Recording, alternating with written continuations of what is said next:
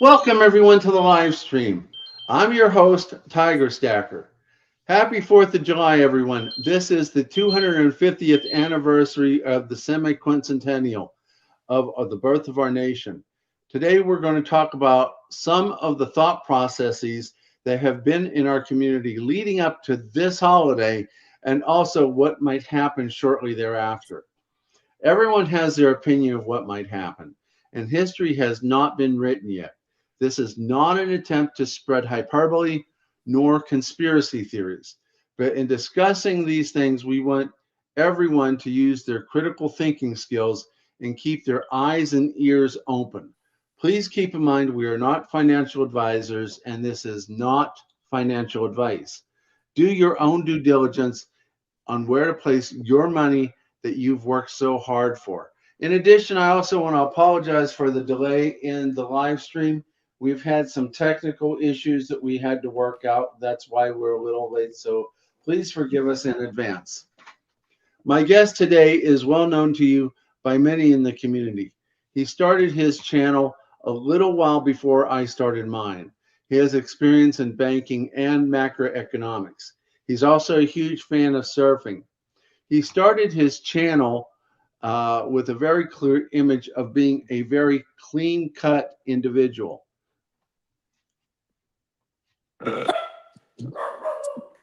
Hey, Hold on a sec. Doggone computer went crazy on me again. All right, here we go. Since then, he's gone a little more scruffy.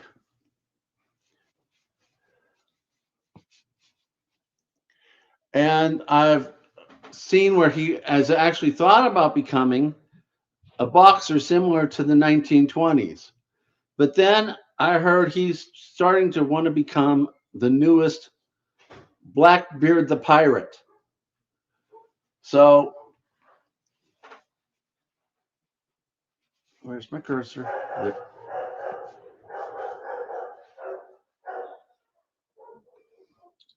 So, without further ado, I want to introduce you to my guest today, Stacking Surfer. How you doing, Surfer? I'm good. You got to give me just 1 minute. My dog can hear your dog's in the background and he's freaking out. Let me go put him in another room. Give me 1 second. All right. Yeah, one of the side effects of having a wife that's a dog trainer is that we have a bunch of dogs. Some of ours, some of which are not. And sometimes they just get a little rambunctious. We have one right now that I swear to God, he looks like he's an Ewok, a little tiny short Ewok. He's adorable. We also get one periodically that she will take care of. Looks like it's Stitch from Lilo and Stitch. So we get some really interesting clients, and she just loves the dogs. So I've been trying to get her to go out with me today as a 4th of July thing. Getting her out of the house and away from the dogs is not easy. She really loves her job. And I'm trying my best to get her out to at least do something. And in addition to not wanting to leave the dogs, she doesn't really like the heat. She's not very much of a person who enjoys heat and humidity, which we're having a good bit of here today in Charleston. So let me see who we have here in the chat. And I'm back, by the way. Okay, welcome back.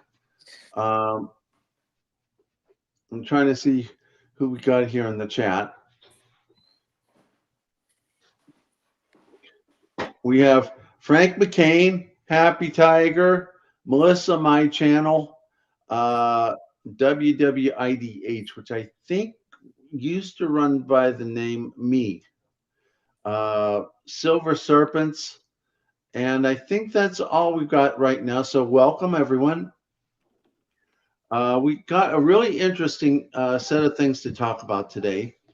So I wanted to go down that road. Now, keep in mind, this is not trying to introduce hyperbole or conspiracy theories. However, a lot of people are interested in these topics of what could happen and being someone who does do a good bit um, of looking at. Bear with me. My phone wants to not. I'm going to have to turn this thing off. Okay. Being a person who looks at history and what happens and likes to see patterns, mixed with someone who is a really good macroeconomics person, I think we can have a really good stream. So, why don't you introduce the topic for us? Well, I think there's a couple things we can hit today. So, one is there's a big rumor that President Trump is going to revalue gold today. I haven't had enough time to look and see what has actually happened today, but I don't think anything's been announced along those lines. There's a big hope that that's going to happen, and why? What would that do? Why does it matter? So I think there's some of that that's there. There's also been a lot of conversation around new gold-backed bonds being announced today. Now, it could be on Monday. We had a holiday yesterday. We've got the official holiday today. So we've had that conversation, has been out there in the marketplace. And then just in general, there's a lot of conversations around what's going on with the 250-year anniversary. Democracies don't live that long. They usually fail before 250 years. And when you look at what we have, it's technically not a democracy. It's a republic that uses democracy for voting elected officials, to run the republic. But it doesn't act like that very well anymore. So there's a lot of things that I think is on people's minds, but specifically with gold and silver, we're all wanting acknowledgement from the government that the dollar is debasing, that it's losing its value, that inflation's super high, and that the government's going to go in there and fix it. And I think that's part of what we can talk about, Tiger, because there's only so much someone can do when they're a captain of a ship and it's sinking, and they know it's sinking, and they've got a bunch of people on it. Do you tell everybody you're going to die in an hour, or do you try to prolong it and figure out ways to save people? As a medical professional yourself, you probably, when you find things, you probably don't just rush to a conclusion and scare the crap out of people. Yeah, that can add to a lot of mass chaos where there's going to be death happening before the evolving catastrophe. Exactly. So I'll show you. This is a cool piece. So I put my George Washington stuff out today. Nice. So I don't know if there's a way for me to let's see if I can display this kind of up like this, maybe. Let me see. Now, me personally, there might be a revaluation, and if you listen to my first teacher, Lynette Zhang, she's talked about revaluation for years, and so and it has happened historically. So revaluation is very likely to happen. My question is revaluation going to be a really huge jump, such as what they're doing with the new coin with the looks like the Liberty Bell of $20,000 per ounce? I have a little trouble with that one.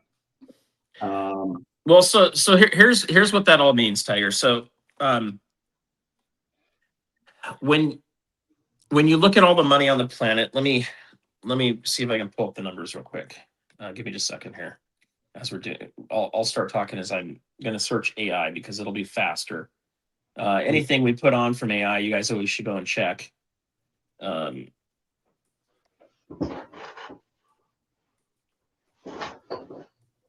Give me just a sec here.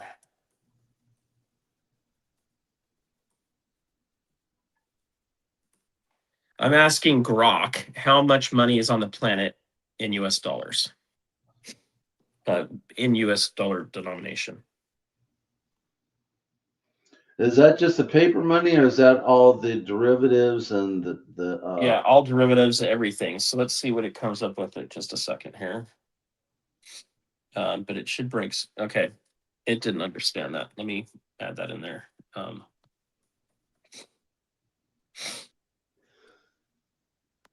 So a couple things it said, we have around 100 to 150 trillion USD in the broad M2 money supply.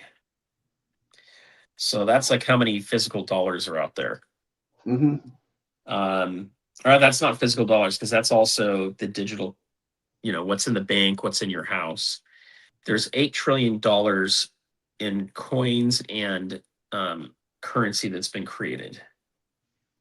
That's total, all currencies around the planet. Okay. So if everybody wants physical money, there's only $8 trillion that you can get access to. But broadly, let's see. Well, while you're looking that up, yeah, broadly, it's only 100 to 150 trillion that's in U.S. money that's out there. Okay. And I would call that currency, not really money, guys. And that is, that's going to be the U.S. dollar. But when you go to physical money that's been made, so I don't have any with me because I don't have any of it around me.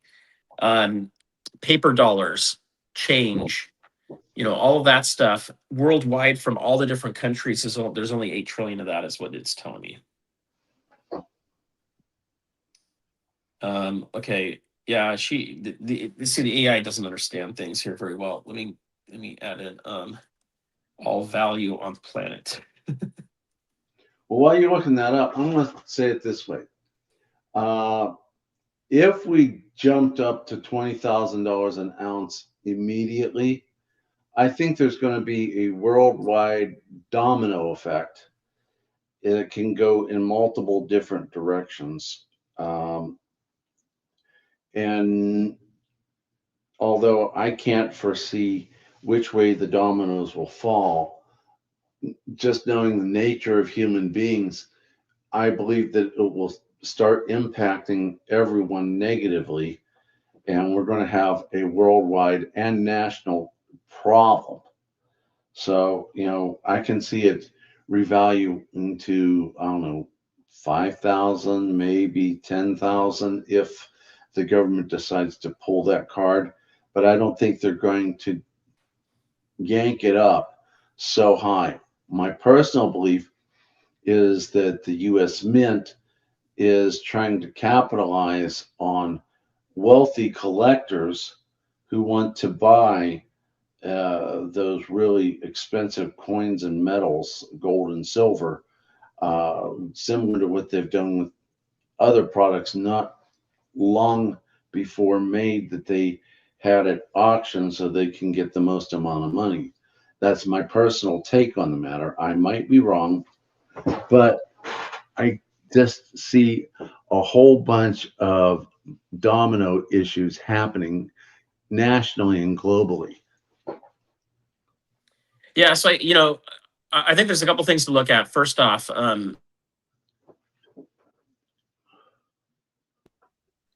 I think one thing to look at is this: we are in a period of time where we've lost 97% of the purchasing power of the dollar. Correct. So we've gone off of the gold standard. We've last time we did a revaluation, where it mattered, it was 1933. It was actually 1934, but 1933 gold confiscation, 1934 became the just a second. 1934 is where they revalued it. So they basically said, hey, everybody, the gold's worth $20 an ounce. But we're going to give you some change on top of that. I think it came out to like $20 and like 32 cents or something like that. Actually, it was $20.67. 67 cents. So when that came out, everybody felt like they were getting more money than what it was worth, right? So a lot of people had wisdom in it. They sent their gold to Europe to keep it away from the country government. Other people buried it. Some felt very patriotic and gave it to the U.S. to try to save it. Right? They wanted to save the country. And so anyway, then they come back and they revalue it. And I think I'm going to get the numbers mixed up because it's been a while since I've looked at the stat, but it was like they took it up to like $28 or something like that. Or maybe it was 32. 35. 35. Okay, so they go to 35 and they basically wipe out a lot of people's wealth right in that moment. Not physically wiping it out, but they wiped it out from purchase power. They caused a tremendous amount of inflation right there because they just increased what gold is worth. And everything's backed by gold at that time, right? The currency is backed by gold. And so when you have it set up like that, it does affect everything together at once. Our currency today is not backed by gold, so whatever the U.S. Treasury does with gold today really doesn't affect it a whole lot. However, to the point of what you were talking about, let's say today and so anyway, the 1961, 63 is where they revalued the gold again, and they put it up to $42.22, and it goes a couple more decimal points. So that's what gold's effectively valued at today. Now, if you then take what gold's trading at now, a little over $4,000 an ounce, and we move up to that $4,000 an ounce, and we revalue the gold today to what the market price is.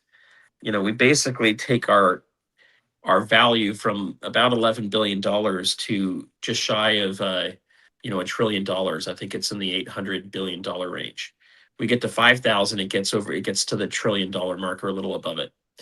And so, what does that mean? What does it do? Well, it's an accounting trick because it's just on the books of the Treasury. I don't think any country out there would say anything or that it would fundamentally affect the market too much if you move it up to current market value. Now you've got all that value there. New gold certificates are issued to the Federal Reserve. The Federal Reserve can then take those gold certificates and they would issue new USD dollars back to the Treasury. And the Treasury can hold them. They could pay debt off, which I don't think they would do. And then the other thing they could do with it, though, too, is they could come back and essentially buy, Bitcoin, or they could buy real estate, or they could buy gold and silver with it. So there's no inflation with a revaluation until that money is put into the system. And even at that, it depends on what they're buying. If they're just going to buy gold, they may be able to do it in a fashion that it doesn't really affect the market too much. But they'd have to do it slowly. Or if they're buying, if they're putting it in to pay the debt off, that would be positive. If they were just taking that money and they were using it to basically go and buy things that other people would buy, then you would cause price inflation. But it's not really creating a lot. It's not really creating new money in the way that it would go out, the way that banks create new money through loans. And then people just go and spend them on goods and services. Technically, it technically is creating new dollars, but it's not quite the same thing until it's spent, if that makes sense. But going to a higher valuation, if we want to burn all the debt off, I've heard we're somewhere between 48,000 and like 52,000 is where we need to revalue gold to burn all the debt off. If we want to have enough money to pay off all of the IOUs and for the retirement, setups for Medicaid and Medicare and government pension plans and Social Security, then you've got to be north of $200,000 an ounce of gold. And when you start getting into those kind of astronomical numbers, we get into a point where yeah, that would be really, really inflationary because you'd basically be introducing um, hundreds of trillions of dollars in new money into the system. So, those figures I was kind of giving you a minute ago, um, there's 100 to 150 trillion dollars out there. If we go and all of a sudden, increase that by 3 or 4 times, um, you're going to have a massive problem on your hands because you're going to be paying $10, not $10, $50 for a Coca-Cola or a Pepsi. So why would they do that? The only reason they do that, and this is what Lynette Zhang talks about, is if they're going to reset the entire currency. And so if they do that, they basically have to inflate the money so high they can pay all the debt off. So there's no more debtors. And then they basically recreate a new currency. It gets valued. In order for anybody to trust it, they would most likely have to back it with gold. Maybe they use silver too. And then the numbers all change again because with that new currency, you could go back to having, $100 be in today's money being worth, $1 or $2. So once you reset it, everything can kind of go back to things. But all the conversation right now has been, hey, they're going to revalue gold. They're going to take it up to 50,000 or 60,000. Some people are talking about 10,000. I don't see any reason why they would go higher than what the market is. I do think it would be smart to take it to the market number if you have a smart thing to do with the money. So if they're going to then take that new currency and go buy gold with it or in silver and oil and refill all of our strategic reserves, then it's smart. Then I say do it. If they're going to take it and just pay the debt off, it's going to be a drop in the bucket. It's not worth it. And if they're going to take that money and go buy a bunch of cryptocurrencies with it, then I think we're stupid. And if they take that money and just let it sit on the books, and then they use it to go buy military stuff and other things like that, then I think we're wasting our money. So that's kind of my opinion. I agree with that, and I just don't see a huge revaluation if they do it. I think them doing it is coming. Unless their back is to the wall, I don't see them doing something like $20,000 or higher. I can see them bringing it to the current market value.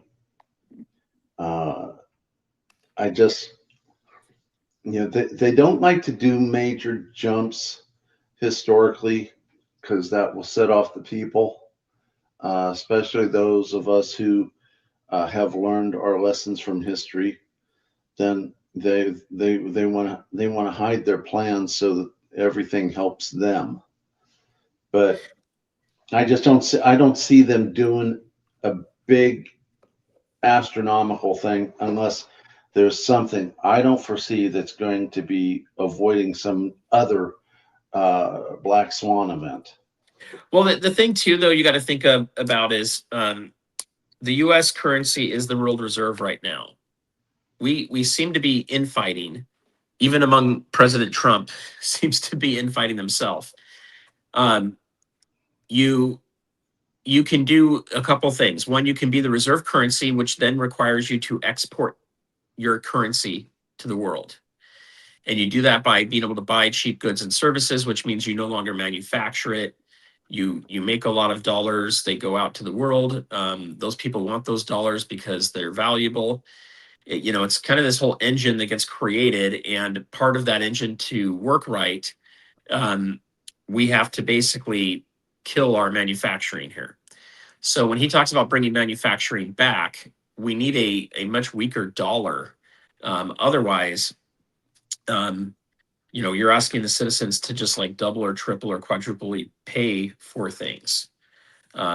It doesn't make a lot of sense. But the reason we've had such cheap goods and services I should say certain goods for the last several decades has been because we've been the world reserve currency. And it seems like they fight back and forth. Right now, one of the reasons gold and silver is down is because the dollar is super strong.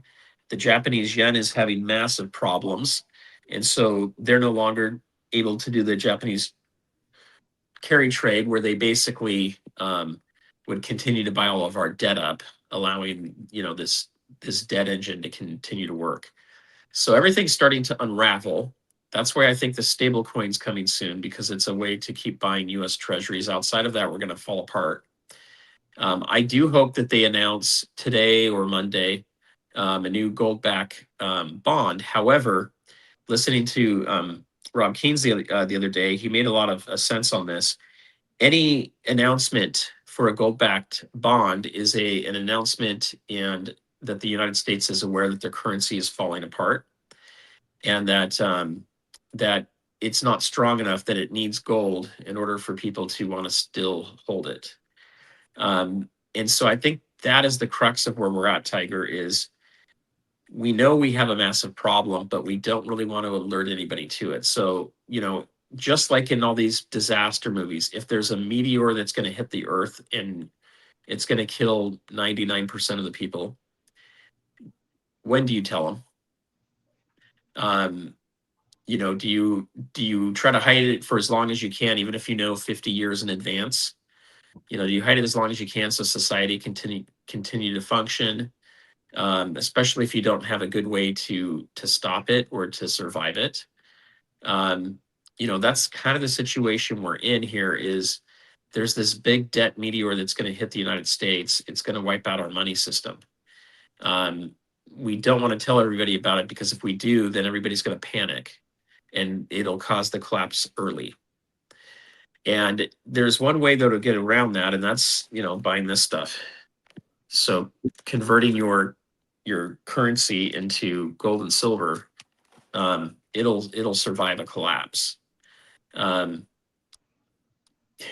need food, water, and energy and other things like that too. But I think that's the key of where we're at right now. Is there's some really good ideas that we think would be good, because they would help get the country aligned. But we've got too many people in government still that love the debt, because that allows them to do everything that they've been doing. And most of the people in Congress, in my opinion, are in there because they want to have access to that money and be able to do their agendas and for their special interests and everything else. Mm-hmm. And that's why we're in this mess in the first place. So we're no longer a republic, in my opinion. I think we're an oligarchy controlled by several very wealthy people at the top that we don't probably even know who they are. Some of them I think we can extrapolate out. And I think they're calling a lot of the shots, and I think they've been able to rig enough things that they can influence the elections to get people that they want in there. And then even if they get people that they don't want in there, they've got ways of extorting them to move things. And so, I don't think this thing gets fixed. I don't think our Happy Independence Day gets fixed until the government gets fixed. I mean, none of these people have voted themselves term limits. None of them have voted themselves that they can't do insider trading. They can give themselves raises. They get better health care than any other government people. So we got a lot of corruption. If we can get the corruption out, we can keep this country going for another 250 years. And if you can get the corruption out, you can fix the money system, but it's going to be a little bit rough. But it could be done. Well, that's entirely true. Going back to the old adage, power corrupts, and absolute power corrupts absolutely.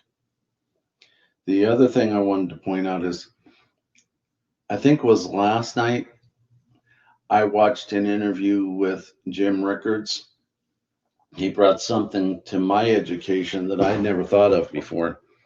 The reason he thinks that gold has dropped a lot, silver too, is that with the issue of the Strait of Hormuz basically being choked, and even though our country and Russia and others have increased their productivity, they still can't make up for the total of the 20%.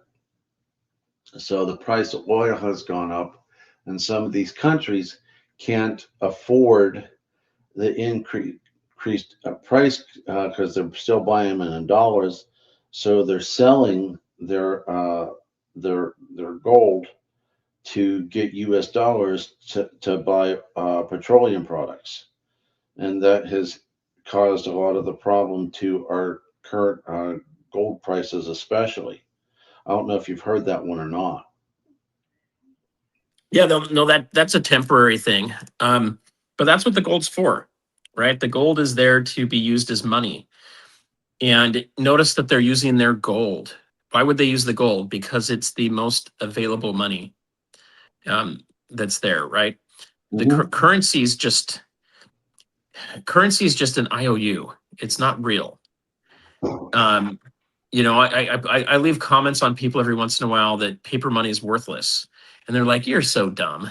I can go out and buy all this stuff with my $100 bill." I'm like, "How much is the piece of paper worth? Pennies, right?" True. So, and it's probably worth as much as toilet paper, right? It could be reused because it's got linen in it, so it's a little bit, sturdier than toilet paper, but um, there's no real value to it. And if you look at what would you place the value on monopoly money when you look at it, right? So if you're looking at a $100 bill versus a $1 bill, you might think the $100 bill looks a little cooler. So maybe to you it's worth a little bit more, but in essence, they're worth the same amount of money.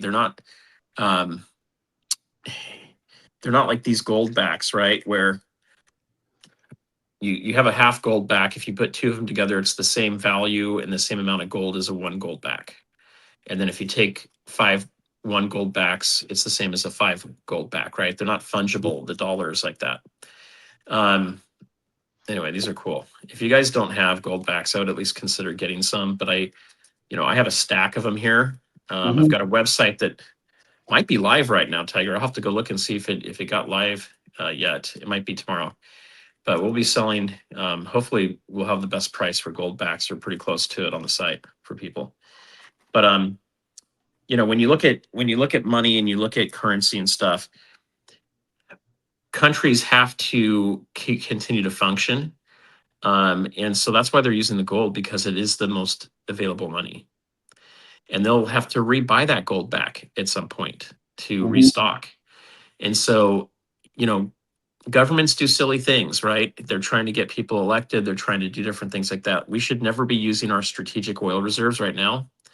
We should be at about $8 to $10 uh, oil prices.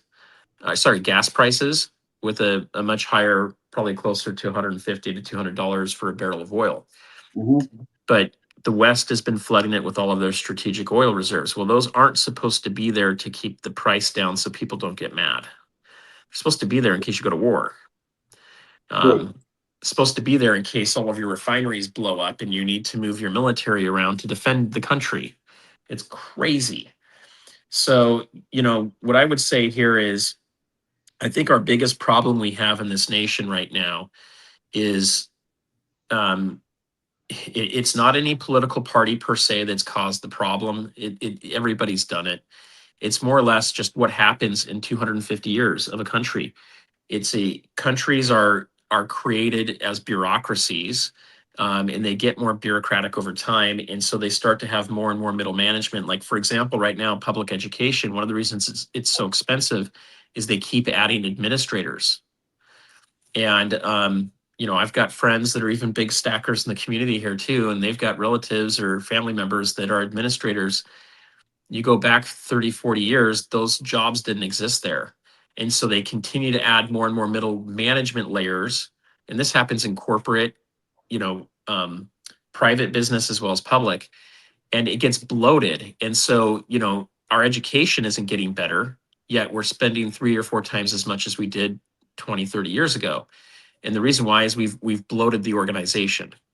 And the same things happen with the government. You could probably cut it down drastically 80 or 90%, and the government can still function. You'd save a ton of money, but you'd have a lot of people decrying that you got rid of my jobs and, it's un-American and all this other stuff. So, I think a lot of the stuff President Trump has talked about trying to do would help the country. I just don't think he can do it. I don't think it's not that he doesn't have enough power. I think it's that you're like fighting this big beast, this dragon that's been there for a long time, and until you can take it down, um, you know, you're not going to be able to put everything together. So where I would circle that back is the stuff that's up here. First off, what I have up here is not what I recommend stacking.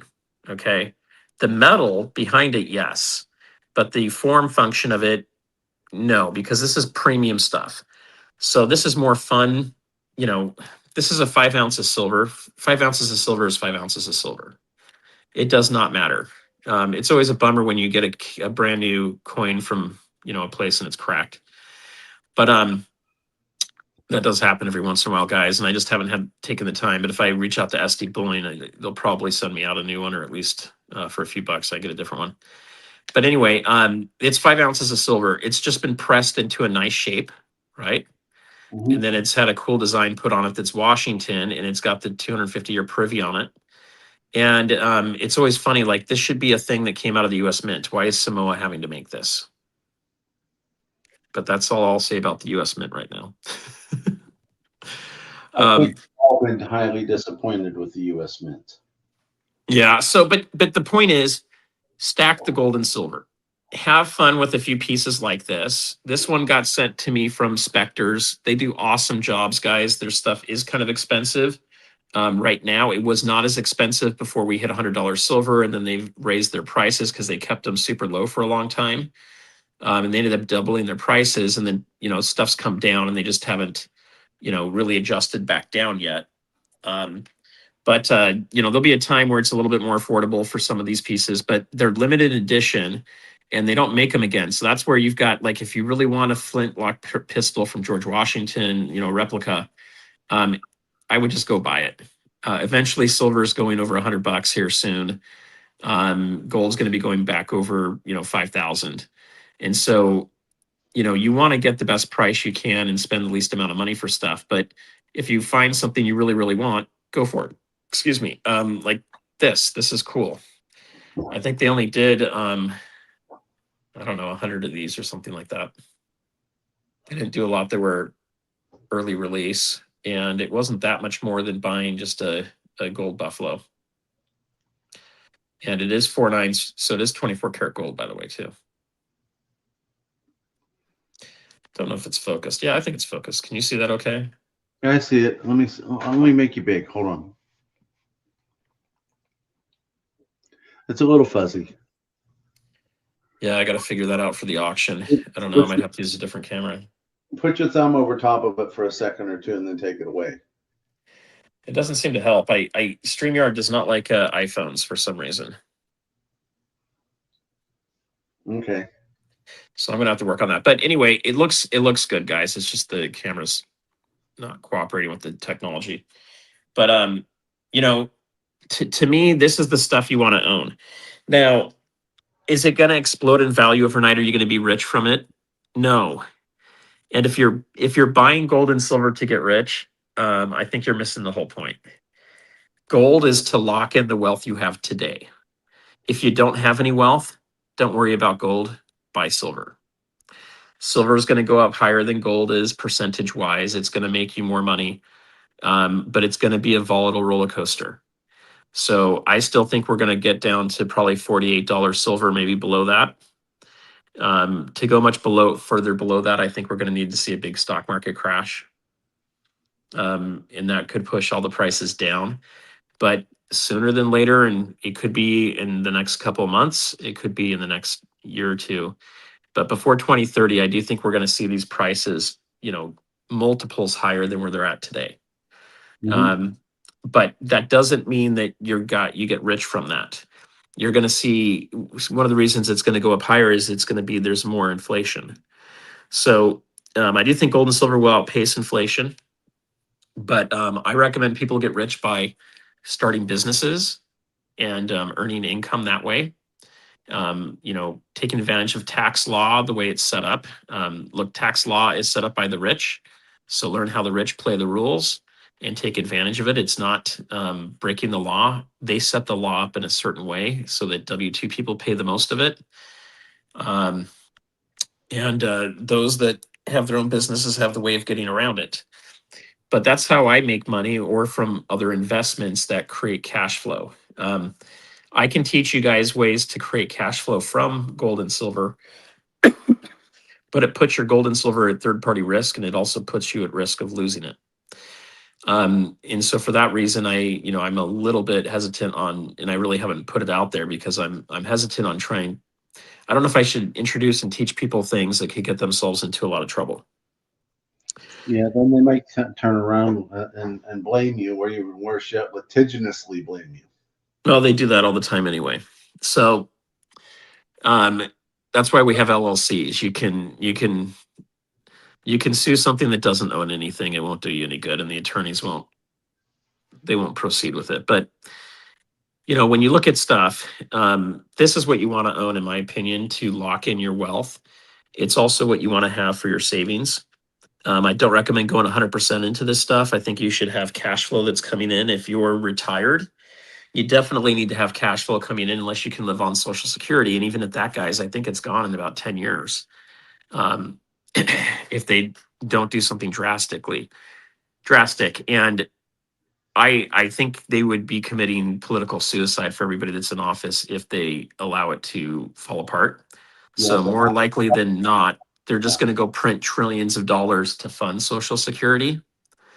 And it'll just cause a ton of inflation, and you'll still get your Social Security check. It just will buy less and less and less.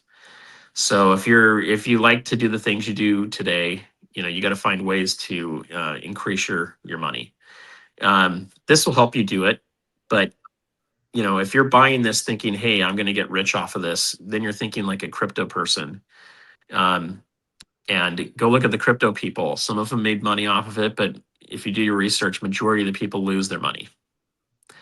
It's not a Ponzi scheme, but it functions like a crazy casino.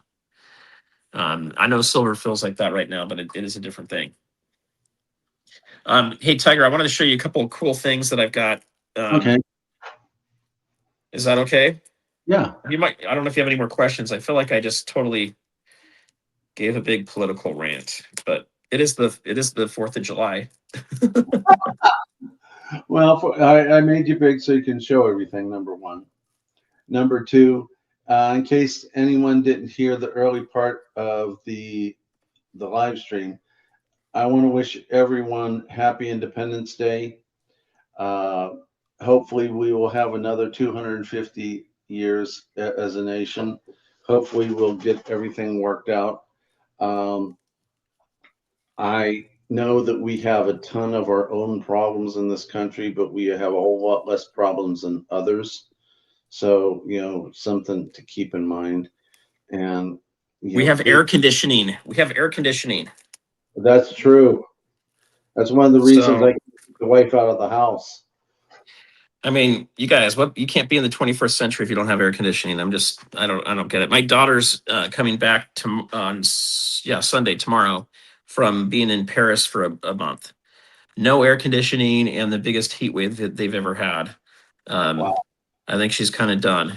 She had fun, but worn out. Okay, so going on right now, guys, yesterday and then tomorrow is the Wounded Warrior Project. It's a great way for you guys to support warriors that have been wounded, right? It says what it is. And it is a way for you to get a donation slip, talk to your CPA, your accountant, on how you can use that to, reduce your tax burden. And then you're bidding on items that will then get sent to you. So in essence, it's a way to buy gold and silver and other items. And what I'm seeing is I'm not seeing them go for crazy amounts above what they would normally sell for. And then you also have the tax write-off aspect of it. So I'm going to be doing a section of that, Tiger, tomorrow from 11 till 1 o'clock East, 11 to 1 o'clock my time. So I think that's 2 to 4 Eastern. Yeah, it sounds about right. So a couple things. I had some new stickers made. So I know you've been giving me grief about my caveman look. And once again, I don't know how to focus anything when you're using this app. Go in and out. You might have some luck with that. Let's see. No, that's the background. Take it further away and see if you can get a little bit better picture. Yeah, there's just no focus. I don't understand it. It's a StreamYard stuff. It just does not. There's no focal point. A little bit better that way. See, it's just there's no way to, it doesn't do a focus. It's weird. Anyway, you got this sticker, which is kind of cool. So this is like the pier behind in my city. And you got this big old massive wave of gold.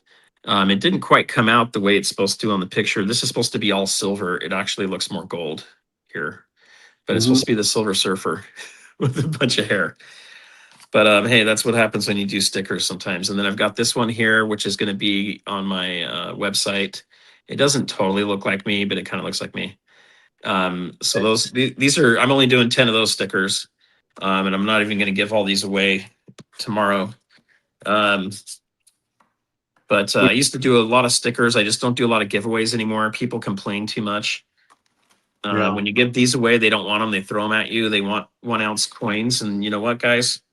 Go buy your own 1 ounce coins. Yeah. So, and then I created this one. So the Silver Surfer, and you've got the beard. Now I can't grow a beard quite that thick, but you know, good luck on trying to get AI to help you design something that looks exactly like you. Have you seen the thumbnail I made for this live stream? No, I'll have to look. Actually, maybe I did. Let me see. Maybe I saved the version real quick. Yeah, there you go. So anyway, we got these fun stickers that are coming out. I'm also going to do one of these big ones as part of what people can win on the auction. So that's a big 5-inch magnet for your safe. I've only made a few of those. And then this is actually, believe it or not, the same size. You just don't get as much when you do something that's not round. But I'm going to be doing those. And then I've got Drew Brophy, the Silver Surfboard. I had him sign it. So we're going to be doing one of those. And then he also donated a big, huge painting of the same design that's signed.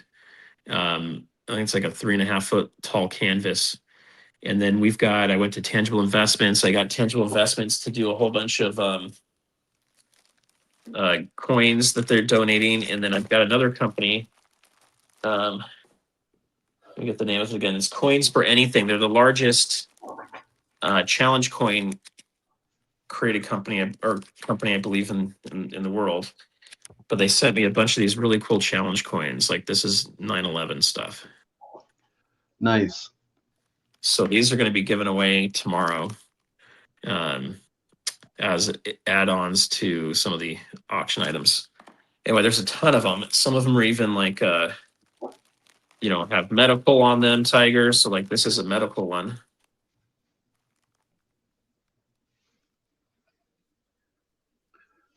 That's nice.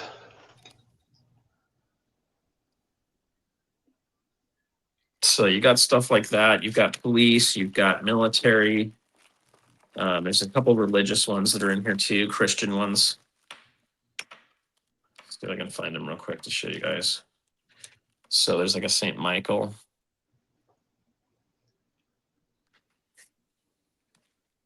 And then this one's the Armor of God. So we got some cool stuff that's coming up that we're going to have fun with that. But, overall, look, I still think that this is the greatest country that's on the planet today. And I'm entitled to say that because I live here. I still, I've got 20 ancestors that came on the Mayflower. Pocahontas is a great grandma. So I've got a little bit of, Native American blood in me. And what'd you say? Is that where you get all the hair from? Yeah, who knows? Maybe there's a lot of, I got a lot of English and Viking blood and Scottish blood and a little bit of French. But I can trace my genealogy into Norway, Sweden, Denmark, and then back into France and into the Roman Empire through Charlemagne. And when I look at all this history and I look at the genealogy and everything else out there, all these forefathers came to try to give us a better life. And, I think we're at a point in our history here where people are too worried about their own life that they're not looking ahead of time. I think that's why we got into some of the problems we have in the last several decades. I think you had the great generation coming off World War II, and then their kids, the baby boomers, where, you know, we just had the top of the American empire went crazy, and we had all this prosperity, and it was a lot of starting of kind of the me culture to a degree, but there was just a lot of prosperity. And so we were enjoying that. And a lot of that prosperity, like I mentioned, came from becoming the world currency, reserve currency, and exporting everything out and slowly stopping to make everything by the time you get to the early 2000s. And that prosperity is kind of like created our own demise, so to speak. And so now we're having to go back to the fundamentals again, and that's gold and silver. So, you know, for me, guys, I'm going to resell a lot of this stuff, so I kind of buy some of it in bulk. Um, you know, be careful going too crazy buying a lot of these, because this has like double the premium of gold. You know, these have like a 10 or 15% premium on top of silver, maybe even 20%. But it's good to have some fractional stuff. You just don't want it to be your whole stack. So, you know, I don't have any problem with gold backs or with silver bits. It's what percentage of your stack is this stuff? What percentage of your stack is this stuff? If it's like 10 or 20% of your stack, yeah, you're doing too much of it, in my opinion. But if it's like 1 or 2%, or maybe even 5%, you know, I think that's pretty good. But do we have any, I got to go in a minute, but do we have any questions that anybody's got? Yeah, everyone put, if you have a question, please put it in the chat, preferably in capitals.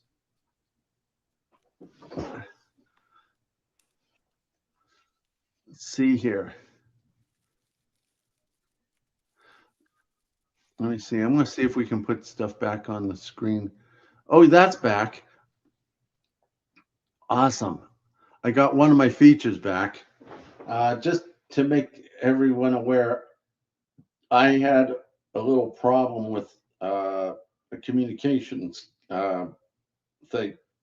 And that company told me to do this and do that on my computer, which completely messed up my Google Chrome, including my Tiger Stacker email, StreamYard. So I'm trying to rebuild all that. So I'm testing to see what all I got again. So do you have any questions? Because I've pretty much run out of them.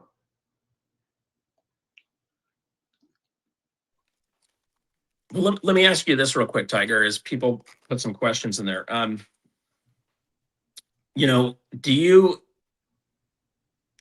I guess here's the question: why do you stack, and what do you primarily like to stack? You know, are you looking to get rich off of this? Are you looking to save? Are you looking to, you know, lock in your wealth? Are you looking to just have fun with the hobby? What brings you to do this? This goes back a little bit before I woke up in 2021. So in 2021, I tried to again do something in the stock market, lost money. Tried for the first time with crypto, lost money, not as much. And then started having memories of my grandfather teaching me about silver. He didn't talk much about gold, mostly silver. And I started remembering things, and I started remembering how much gas costs and houses cost, and all these memories that I had, which I, by the way, put in a video early on in my channel called Worsening Trends Exposed. So I noticed that, and I'm like, I got to get involved in that. And that's when I bought for the first time out of American Hartford Gold. I recently released a video how much I got taken. Don't ever go places like that. But I also started buying at the local pawn shop and started learning a lot. And I was a horrible saver, like most Americans who believe all the garbage our government send us, drank the Kool-Aid. And I started stacking gold and silver. And it took a while to build up. I was in a Ziploc baggie for a while, then 2, then 3, and kept going. But it was mainly to put money into a type of savings. I had started watching Lynette Zhang as my first YouTube teacher, and then Yankee and Silver Dragons and others. And I was putting it away for savings because I never was a good saver. I always bought pretty things, pretty cars, pretty bikes, pretty motorcycles, pretty airplanes, chased pretty girls. Well, Okay, I was going this, to say your wife's going to get mad if you miss that one. yeah, well, I married a very pretty girl. And this stuff, let's face it, it's pretty. So it satisfied the pretty and made me realize I was actually saving money. Wife didn't like it so much. She was really angry with me until we've had a few sessions way back when Yankee was doing his monthly meetings. And like about the third monthly meeting, she finally accepted the fact that it was not buying, it was converting. So I started stacking as hard as I could. I wasn't in the strongest position to invest at that time, and just kept on stacking. And when the big increase in silver and gold happened, I realized how much I had preserved my purchasing power. Was grateful that I did. Thank God for waking me up. And that's the short version of a long story. I still want to stack. And as many of you know, with me fighting cancer, a lot of places have not been willing to hire a doctor getting chemotherapy. So I've had to periodically sell in order to pay the bills. I only sell as much as I can to keep the bills taken care of. But I have continued to try to get myself into work. I got this rinky-dink job, which, like I said, they had communication issues and they messed up my Google Chrome. But I'm still trying to get some sort of regular work so I can keep my silver, keep my gold, and start living off of earnings instead of savings. And then, God willing, if I do well, start buying it back again. So that's how I got into stacking and why I do it, and what my goals are basically at. I know your story is a little bigger and more complex. What got you into it? I tripped over a gold coin at the beach one day while I was surfing, You're and joking. it turned out to be pirate treasure.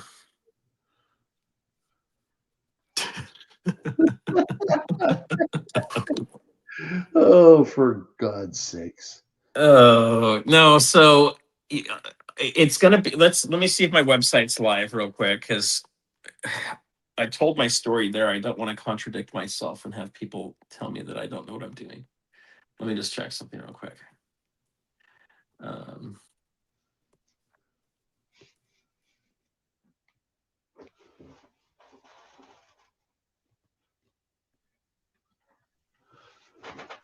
Yeah, guys, can you believe that? all right, He, it's not up he, quite yet, but he really wants to be Blackbeard the pirate. yeah, that's that. It's or my Viking ancestry. Okay, so here's the deal. This is what I'm going to tell you guys. So my dad gave me when I turned eight silver dollars, and I wanted to go out and spend them right then because I was like, this is cool. Part of me just wanted to spend the dollars because they're silver and it was cool. My dad's like, no, you don't want to, spend these. And I can't remember exactly what happened. I can't find them either, so I don't know if I did spend them or not. But growing up in a banking family, we could stop by our branches of the bank that we owned, and the tellers knew who my dad was. He was an executive, so anytime he stopped by one of those branches, he would ask them if they had any silver that was, in the teller drawers, and he'd pick that up every time he stopped by. So every time he went to the bank to drop off a check or to pick up some cash, he'd always ask if there was some silver, what silver they had, and they'd have it ready for him. And if you go back into the 80s, 70s, 80s, and early 90s, it's not like silver was exploding at that time. It's not like all the tellers were like, oh, I need to hurry and hold on to this stuff. Now I think they're doing that. It's much harder to find silver sitting in bank rolls. But anyway, that kind of started things off, and I got into some coin collecting. I got a couple books and started filling them. I have no idea where all that stuff is, by the way. All I could find was the stamp books I did and the comic books. And then, I just forgot about all that stuff and moved on with life. And then it wasn't until 2019, my dad started giving these 25 ounce, um, what do you call them? Vintage bars from Nevada. And they were made around in the 70s, kind of the early to mid 70s for a year or two, and never made again. And there's a lot of them that are out there, but they kind of hold like an extra value to them. And so I started getting these things, and I'm like, what do I do with this? And so I got one for my birthday in 2019, and then one in 2020, and then in 2021 I got another one. And I'm just thinking to myself, okay, I guess I need to find out what these things are worth. And when I went and looked them up online, it turns out they were asking like $1,500 for one of these bars, and this is when silver was in the mid to low 20s, and so it has like a huge premium on it. Plus, they were worth a lot. And I'm like, oh, wait a second, that's like a really nice birthday gift. So at that point, I mentioned it to my dad. I never got another one of them, and after that, I started getting $100 checks in the mail. So a couple lessons there. One, never look a gift horse in the mouth. If someone gives you something of value, thank them. Don't ever tell them what it's actually worth. And three, that's the story I tell. But the reality is, he has a few more, but he decided to kind of hold them to pass on later. So I think he wanted to make sure my siblings didn't go and just sell them all. But anyway, I've helped him on his journey to buy more gold and silver. And then in 2021, after I think it was July, is kind of around the time I started buying my first gold coins, and those were Pamp bars. And then kangaroos. I didn't know much about it, but that's what my local jeweler store had, and they were $1,730 is what I paid for them. He just charged $100 over spot. So I think when I started to buy them, it must have been around 1630 for gold. And I think it quickly moved up into the 1700s. And then I started finding YouTube and doing all this other research and other things. And then eventually I got to a point where I talked to Stormy from Empire Precious Metals and Yankee Stacking, and they're like, dude, you should start a YouTube channel. You got the hair for it. And so you guys just saw that crazy picture. If I quit my day job and I go full stacking, I might try to do that. That might be kind of fun to become the Viking stacker for a little while. My wife would kill me, but that'd be so awesome. And then you do that for a year and everybody gets used to it, and then you shave it and you go real clean cut and you freak everybody out. So anyway, I start stacking a lot of stuff, and I've gotten to the point where there's a few things that I probably would do quite a bit different if I were starting over again, and that's why I'm putting up a website. Right now, if you go to it, it just says Shopify, do your login. That doesn't make any sense. So I think it's getting loaded up. But if you go tomorrow, stackingsurfer.com. Well, let me see if it does it this way. Yeah, so it's getting loaded up right now on from Shopify. So hopefully tomorrow it'll be live. We're going to put a lot of good information on there. I get a lot of people that ask the same questions over and over and over and over, and I can't continue to answer them because it's too boring. I don't want to keep doing it. So I'd rather just point you to the website and say, go look at the gold page, go look at the silver page, go look at the stacking page. So it's a start. We're going to build a lot more information. We'll get blog posts on there. I am going to create a member club. I think, Tiger, we're probably going to do a members buying club. That way I don't compete with any company I might have, sponsorship or maybe paying for a video or any of that kind of stuff. Plus, I don't want to be a bullying company. That's a lot of work for one person, especially if you're trying to create content and you already have a day job. But what I do want to do is I do want to start getting into buying more gold and silver from people to help them get a better price than their LCS will pay them, and then turn around and sell that to the buying club and kind of create this engine of helping each other. and everybody's getting a benefit out of it. And it'll take some time to put something like that together, but that's something that I'm working on. I'll also be working on some software to keep track of your stack. I know there's other software that's out there. There's people that are building things. I've been working on one for about 3 years. I just haven't started it yet. But I'll be putting something together along those lines to help. That's what I do, guys. Technology, software, AI stuff. We'll do it in a way that is safe. But I do have 2 questions that are on here that I wanted to answer real quick, and then I probably need to run. Yeah, me too. So the first one is, do you like fractional gold? Is what was being asked here. It says, Silver Serpent, stacking surfer, do you feel that stacking fractional gold is a good idea, 1 gram to 1/4 ounce in size? So here's what I'll tell you guys. When I make the same amount of money now as I was making in 2020. Okay, so my income has not gone up. It went down quite a bit, and I've been able to kind of get it back up to where it was in 2020. So in 2020, before all the inflation hit, and even in 2021, I had extra money that came in every year, so I could do some retirement planning. I could do some savings. I could buy gold and silver coins, and because it was the same amount of money as I'm making now, I actually had the ability to pick up quite a bit of 1 ounce gold coins because they were $1,700 or so. Today, to go and buy these for 4,000, making the same amount of money plus everything else is doubled in expenses. I feel like we've had at least 50%, if not 150% inflation on different things.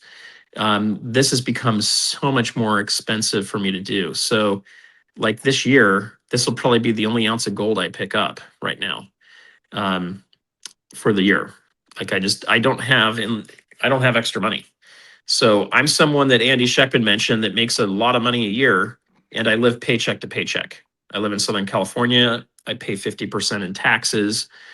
I could probably move somewhere else in the country and keep my job, and all of a sudden I'd have a 30 to 50% raise instantly, and I'd be back to doing this. So first off, picking up 1 ounce gold is the best for the premium. However, as we get into this period of time where gold's going to go up in value a lot, you start to get into issues where you don't have as many options. So that 1 ounce gold coin, once we get to $10,000 ounce gold, I can no longer take that and turn it into cash, and then buy something else with it. I'm going to have to get a check or a money wire, and that just creates more and more of a paper trail. I'm not going to say much more than that, but you start to create paper trails. It doesn't matter if you go boating with your metals. Okay. You're starting to create trails. I'm not going to tell you guys to skirt the law, but what I'm going to tell you is to always pay your taxes. And I'm just helping you be aware of where there's paper trails. Okay. When you get into fractional, it's going to buy you a lot more time. We can have gold go up to $20,000, and a 1/2 ounce of gold is still going to be right around that $10,000 threshold. And I don't expect them to raise that by any means. So yes, I do like fractional. I'm one of the few stackers. If you go back to my early videos and live streams, I was talking about fractional when everybody else was saying don't do it, including Silver Dragons and Yankee. Now, I'm not saying anything bad about those guys. What I'm saying is they were really harping, you really just want to go for the lowest premiums, so go with the 1 ounce coins.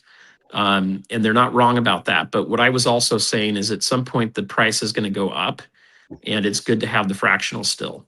So even with gold backs, a lot of people were poo-pooing these things for a long time. I still think these are good, even though the premium's high. It's fractional. It's not so much about maximizing everything. That's an element of it. Part of it is just having it available and making it even more available, right? So when this becomes worth $20,000, Tiger, how many people can buy that from me in the community versus if I have a 10th ounce gold version of this, and that's going for $1,000 Much less, or because $2,000. they're going to be basically making the same amount of money buying against higher prices of everything. They won't be able to do it. And I totally agree with you with fractional. In fact, that's when I first started, I was hitting a lot of fractional. This is one of my first purchases in 2021 from Money Metals Exchange. So that tells you, that I was also into the fractional, and my mentality at that time, and still is that we are not big governments. We're not big business. We're not going to be buying aircraft carriers and fighter jets. We're going to be buying clothes and food and water and shelter, and we're going to need to have little things, because if you give someone a big hunk of gold or a big hunk of silver, where's your change coming from under SHTF? You need, Exactly. So then in that case, I say, like, even though these are expensive, um, this is an alternative to dimes. They're 10th ounce silver bits from Silver Dave from the local silver mint. I'm hoping to have these. They've got a new one coming out that's a really cool design. I don't know if I can tell you what it is yet, but the new ones have designs on both sides. So these are they've vintage. already showed them. They've already showed them on Yankees channel. On maybe they just barely did. The Now, design. This is the predecessor to that design. Yeah, so then see those are older. Then you got these, and then you've got ones with an eagle, and then there's a new one on top of that. I don't know if they've shown that one yet, but anyway, um, these are 10th ounce, so these are good if someone wants pure silver. Your dimes are not pure silver; they're an alloy. They're not actually silver dimes, right? They're an alloy, 90%. But this fractional stuff is good when you want to go buy eggs. If we get into a bartering society. If we don't get into a bartering society, then it may not make that much of a difference, whether you have fractional or not. But I like to be prepared, and I like to have different things, right? So this kind of fancy stuff over here is going to be some of the last stuff you end up trading or selling. But things like this can be pretty available. These are great. These gold backs are great for like tips. You pull a couple of these out of your wallet to give to someone. This is approximately worth about $5. I think right now maybe it's maybe $4.30 or something like that. But you hand these out to someone or you leave them as a tip. Always explain to them what it is, because they may be like, I don't know what this is. So right down here at the bottom, it says it's 1/2000th of a troy ounce of gold. You can explain to them that there's a website they can go to or an app. It'll tell you what the exchange rate is for it. And you can find places where you can actually spend these. But I think this is a pretty cool way to start a conversation with someone about gold and silver without you telling them that you have a lot of money in it, or maybe you don't. But if you do, you don't have to tell them, hey, I've got all this money sitting somewhere. It's just, hey, gold and silver is something you should take a look at. And then the silver bits can do the same thing as a tip, and they're nice because they're not going to get confused with modern day change. Whereas if you give someone a dime or a quarter or a $half, you really need to give them an older version so they can tell the difference. And then you've got to let them know it's different. Otherwise, it's just going to get recirculated. Yeah. I think that was the main questions I saw on here. In fact, I have only one of the 100 gold back. It's a Florida one. I've seriously been considering sending that in and getting 400 of the 1/4 gold backs, so that I have even more fungibility, because the smallest I've got right now is 1/2. Yeah, I would. I just bought. Well, I need to complete the transaction, but I just bought $2,500 of gold backs for the website, and I'm buying the quarter. So this is a half, but I'm buying the quarter size because I think that's going to be a popular size for people as gold goes up higher. So that's a new one they've just introduced. They didn't go smaller than one until the price of gold, went north of 2,000. Actually, probably about 3,000. And they came out with the half. And then once it started getting even higher, close to 6,000, they came out with the quarter size. They're actually getting rid of the 100 size because it's just too big for people. And in my opinion, it kind of defeats the purpose. To me, the purpose is spendability for this. And you don't necessarily need to have one big bill. Because that 100 right now is going to be what, like $10,000? Yeah, and the thing I thought about later after I bought that one is it's a 1/10 ounce gold. So I got lots of 1/10 ounce gold, and the premiums on the gold backs at that rate didn't make Yeah, any so sense. it's not 10,000. It would be $1,000. No, I'm talking about 1/10 ounce of a troy ounce. No, I know, but is the 110th ounce? Yes. Okay, so I had too many decimals there, but um, it's still going to be like it has a pretty high premium, right? So normally that a 10th ounce might be $500. The gold back might be $1,000. Exactly what I was saying. So for me, after I got the one, which I did because I thought it was kind of cool, but then I thought about it, that's against my stacking strategy. I don't spend my gold backs. I hold them for when SHTF hits and I have to buy small stuff. That's when I'm going to bring them out and use them. But the 1 ounce, to me, the one gold back was considered a loss leader. They were losing a little bit of money, hoping people buy the higher denominations. And then when the price of gold went up, that's when they went to the half. The half then became the new loss leader. Now the 1/4 is the new loss leader. They don't make hardly anything at the lowest denomination. But it used to be that the one gold back was approximately $2. Now it's somewhere between 8 and 10. Now the closest thing to $2 is the quarter gold back. So, I want something that is the smallest denomination I can use to buy what I need to buy, whether it's silver or gold. Well, and Tiger, just to put that out there too, what you just mentioned is they've gone up in value, right? So um, the only risk you guys are going to run into with okay, silver bits, the risk is up front. You're going to pay a premium on top of it because of manufacturing, and until they scale and make more and more, the price doesn't really come down. But it's cool, the fractional, and it's an alternative to a dime. The gold backs, the process of making them is expensive. These, I don't know that they're just rolling in cash. To your point, I think a lot of it is pretty close to the cost and plus the distribution network and all that. But the reality is there's a high premium on them. That premium can do a couple things. One, if the gold back company ever goes out of business, they may become more valuable because they're not making them anymore. So, On the other hand, it could be that you lose, half your premium. But the thing is it's actually gold.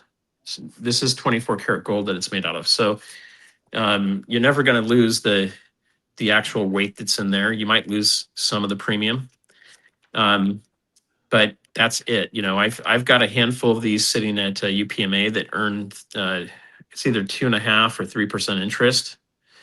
Maybe 2. I think it was at 3% once. It went down to 2. Maybe it's going back up to 3 now. That earns interest, and so I'm always getting every month I get like a couple gold backs that get added to it, which is kind of cool. I didn't do that with very much. I wanted to kind of test it out, so that's something I'll be teaching you guys about too. But I like the fractional because it's easy to spend these things too. What I like to do is you could go into your car and you could hide a whole bunch of these in between the pages of your owner's manual. No one's going to steal the owner's manual out of your car unless they steal the car. So that's a way to hide some gold. And even if people found these, they wouldn't know what the crap they are.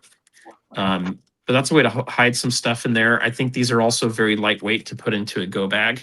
So I'll be doing some videos on that pretty soon. yeah. You can get a lot more value with a gold back, even if you just look at weight, than you can with silver in a emergency pack that you don't want to bog down with heavy weight. I just figured out another place that you can hide your gold backs and your silver bits. Oh, I'm scared. You want me to tell you? I don't know. Is it appropriate for YouTube? You are a doctor.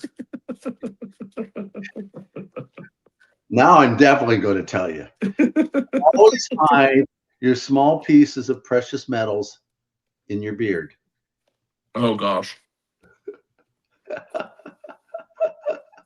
If your beard looks like that, yeah. You could probably roll some gold backs inside the braids.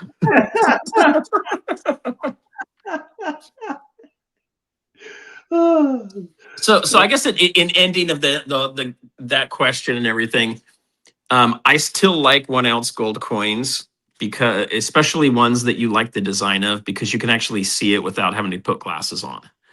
I love this 5 ounce Commander series. I did not go buy them all. I have this one, and I have the uh, Napoleon one.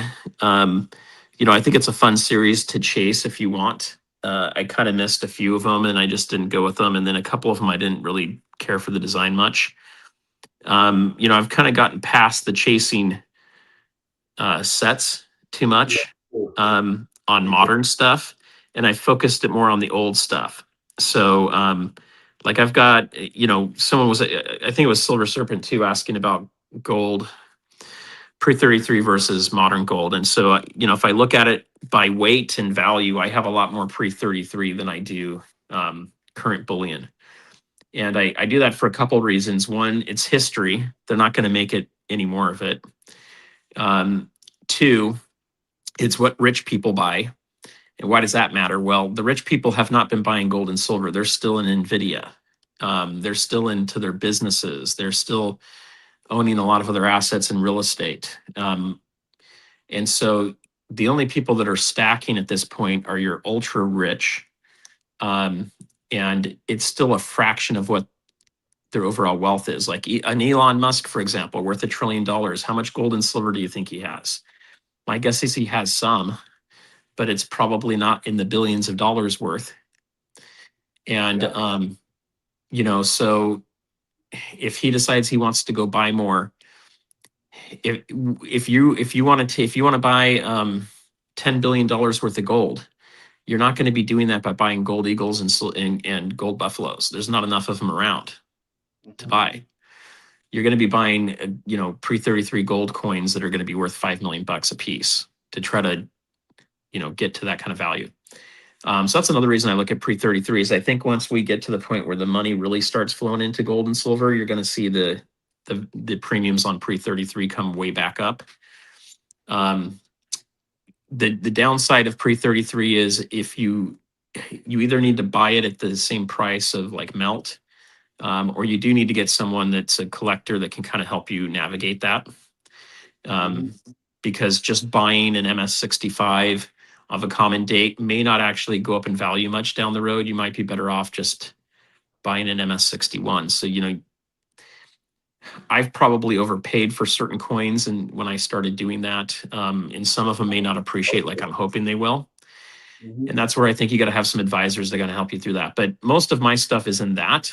I think an added bonus is if we do have a confiscation, which we tend to confiscate before we raise the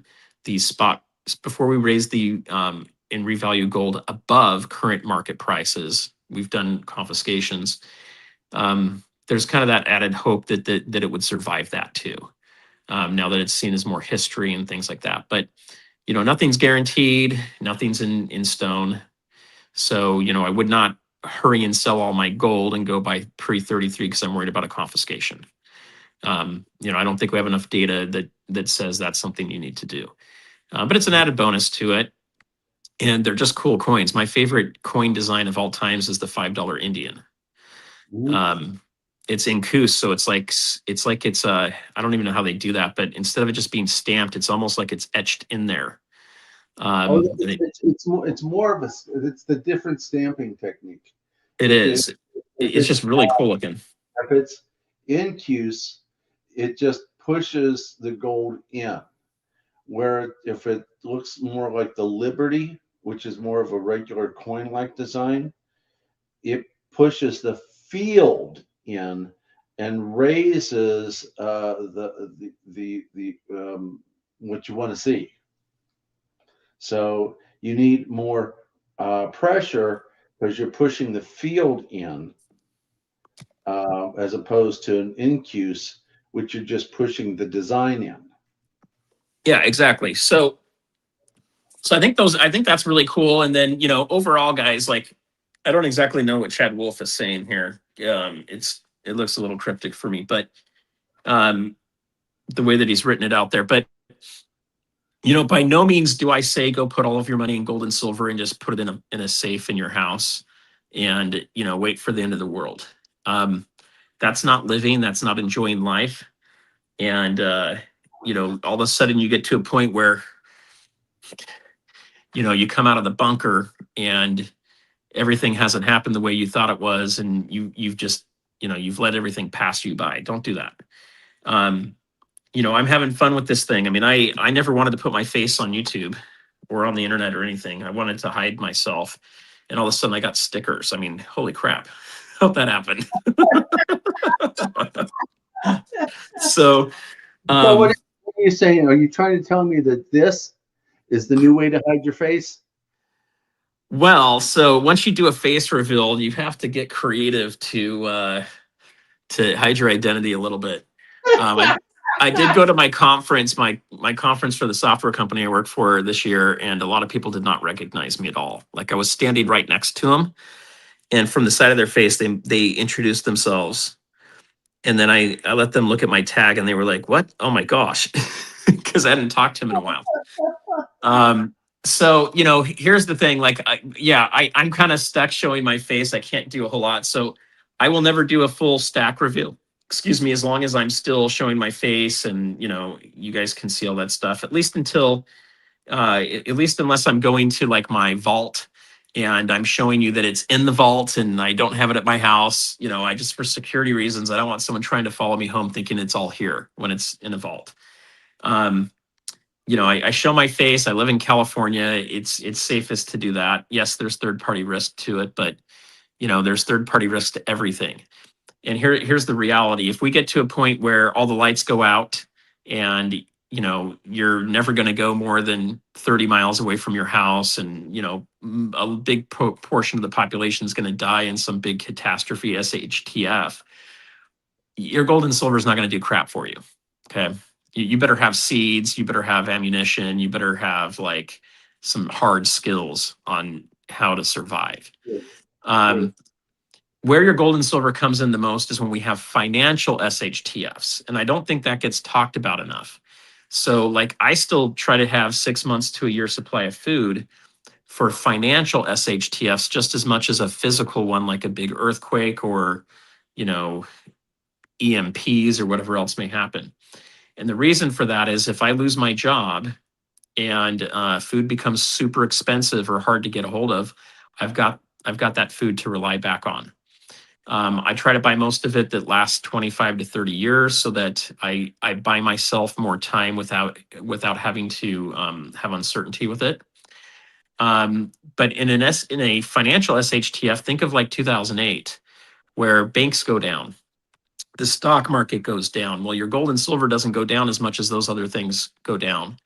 And oftentimes it'll start to go up. And so it becomes a big hedge against that. And so even if you lose money in the real estate market, you lose it in the stock market, you lose your job, you've got your gold and silver you can rely back on, and it's going to help you get through that. And then once the catastrophe is over and things start to return back to normal, that's where you usually see the metals really start to take off drastically coming out of that. And then once everybody has confidence in the system is fixed and nothing's wrong again, then your metals either go down or they kind of flatline.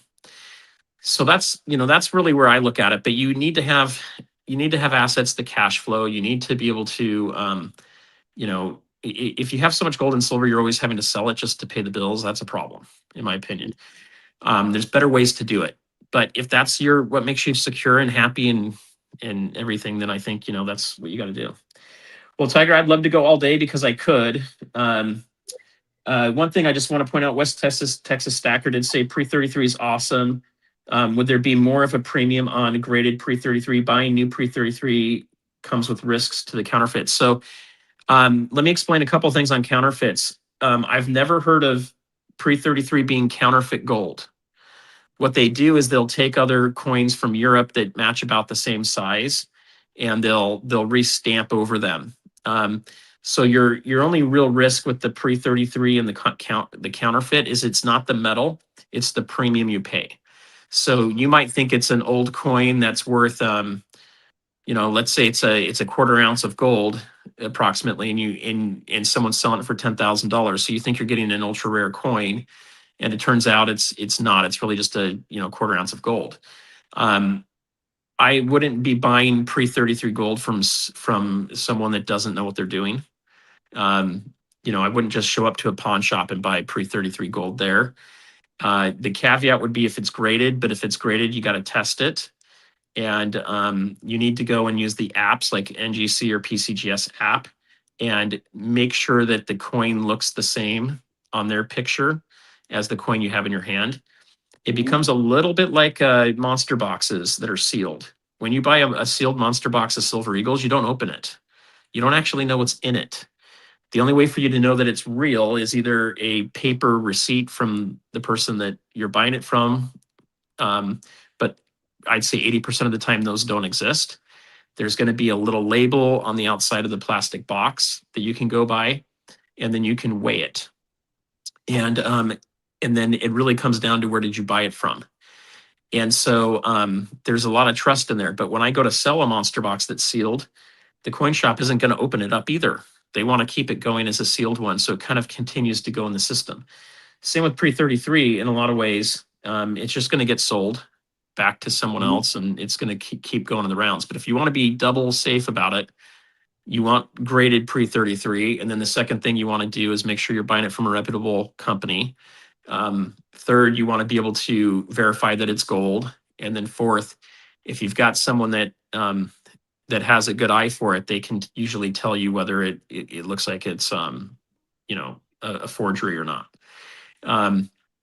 But I'd be more concerned about forgeries with like Silver Eagles and Morgan dollars than I would be about the pre-33 gold personally. But as the price of things get up there, it's going to be there. But if you're buying high premium pre-33 gold, you need to have an expert helping you with that. You should not be doing that on your own. Understood. The other thing I want to point out before you scoot, yeah, me too, is what you made mention about the Commander series and things like that. When the prices were lower and I was working like a dog, I also would get the 5-ounce silver, the 1-ounce gold, and the 10th ounce gold. And when prices were going up before I was not working, I just dropped it down to the silver. Now I just pretty much don't do any of that. To be honest with you, the education that came with being shut down with cancer and chemotherapy is to rely more on the not collectible stuff and more on your basic things, so that it's easier to move. More people will recognize it. If I, for instance, run out of my 1/10 ounce stuff, which I've got a good amount of, I will personally melt these down and turn them into my own 1/10 ounce rounds, because I can do that here at the house. But I've become more and more of a prepper and less of a collector. So something for food for thought for those of us who aren't supremely wealthy. Yeah, and you're gonna move in like phases of stuff too, right? So like I just sold I'm a big Star Wars fan. I wanted to get this, kilo silver Death Star several years ago, and I saw one being offered for like $4,500. And I'm like, this is really expensive for a kilo when you could buy a kilo for 700, by the way. And other people were asking 6,000, and I'm just like, this is really expensive. I think they only made 99 of them. And I'm like, I really want that, but I don't really want to spend the money on it. And this $4,500 one was like on some person's bed. They had like no reviews. And I'm like, that looks like a scam. But so I didn't buy it. And those are now, I think they're asking like $15,000 to $20,000 for those. And they're super hard to get. But I ended up getting a 300 gram one, which is about a 10 ounce size. And it was hard to find that. And when I got them, I talked to two buyers. I ended up with two of them at the same time. I just sold one of them for $2,500, and I paid $650 or so. Mm-hmm. You know, to me, that was pretty cool to take something that I had an extra of and make, you know, basically a 400% return on. So, you know, some of this stuff I think can be pretty cool. Because this is Washington, I will probably hold on to these. You know, I don't think I'll do any more of the set. But Tiger, I got to run. I've got family now blowing up my my phone. So Yeah, I think we talked a lot, and I hope I didn't keep you too much and overstay my welcome. no, you're good. They're just in order for me to see their call, which means that they're going past my do not disturb, which means they need to chat now. We'll give them all my love and hellos and respect.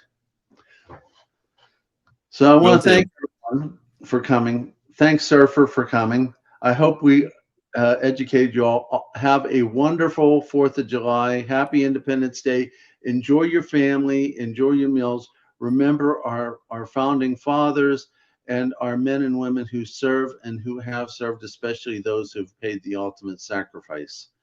So I just want to let you all know that we're here for you. If you ever have any questions, please contact us. Please hit the bell notification, hit the like button, hit the subscribe. If you only hit one thing, YouTube might take you out. We both work really hard at getting content out for you. We literally spend hours making this content, and it doesn't cost you anything. So please make sure you hit the subscribe and all the other things I've mentioned, because we really want to not only build our channels, we want to build our community and help as many people take care of their families as possible. Right, Surfer? Yes. And come check out the Wounded Warrior auction tomorrow at 2 o'clock Eastern, 11 o'clock Pacific to see a bunch of cool stuff that people have donated. I'll be running that auction at that time with OC Stacker. We're going to have a lot of fun, and we've got some amazing pieces you'll never see ever again. Sounds great. All right, guys. Okay. Peace out. Happy Take Independence care. Day. Bye-bye.